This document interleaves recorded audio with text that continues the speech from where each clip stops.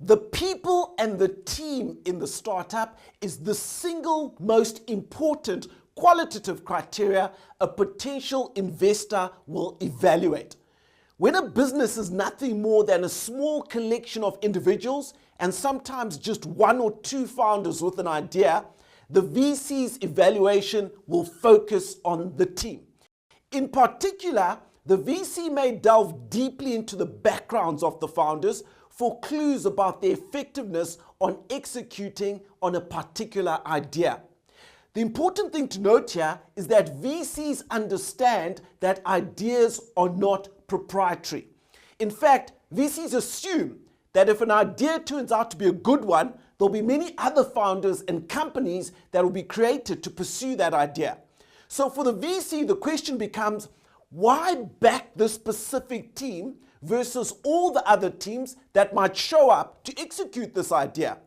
A decision to invest in a team means that the VC can't invest in a different team that may come along and be better equipped to pursue that opportunity. So venture capitalists can't invest in businesses pursuing the same opportunity because it results in a conflict of interest. So when a VC invests in a company, it's effectively endorsing that company as the de facto winner in that space. Why invest in Facebook instead of MySpace if you think MySpace is the company that's going to dominate the social networking market? In evaluating the team in a startup, the VC will be wary of making the cardinal sin of venture capital. That's getting the category right, but getting the team or the company wrong. In my example earlier with Facebook and MySpace, all investors in these two teams and companies got the category right. But there's no doubt that the investors in Facebook also picked the right team. To evaluate a founding team, different VCs do things differently, but there's some common areas amongst all of them.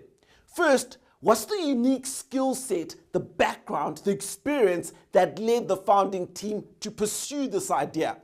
Perhaps the founders have a unique educational background situated in the opportunity, or they have a unique experience that exposed them to a market problem in a way that provided unique insights into the solution for the problem. Sometimes the founder has simply dedicated his life to the particular problem at hand. Whatever the evidence, the fundamental question the VCs are trying to answer is, why back this founder against this problem versus waiting to see who else comes along with a better understanding of the problem and a better ability to execute? The second consideration a VC may make is whether this is a product-first company versus a company-first company. What's the difference? With a product-first company, the founder experiences or identifies a particular problem or friction. The founder then starts a company and designs their product, their solution, their service to address this problem. Mr. Mac Learning, for example, was created as a product-first company. With a company-first company, the founder decides he wants to start a company, and after some brainstorming, settles on a product that they seek to bring to market and commercialize. Netflix, for instance, was created as a company-first company by Mark Randolph and Reed Hastings. Successful companies can be created either from product-first company or company-first companies. But the product-first company really speaks to the company formed addressing a real-world problem that is organic, that's been experienced by the founder, and that becomes the inspiration to build the product and the company. The third area of team that will be investigated by VCs focus on the founder's leadership abilities.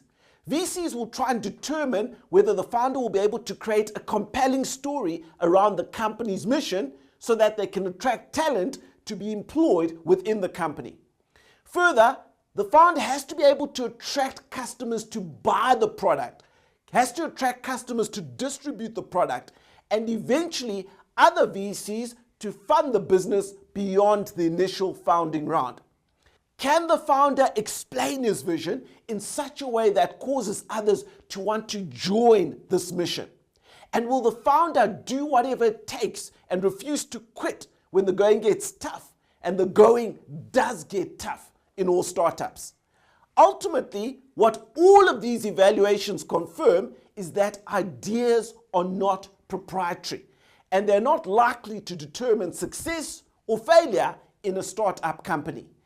Execution is what ultimately matters, and execution comes from a team being able to work together towards a common goal and a clearly spelled out vision.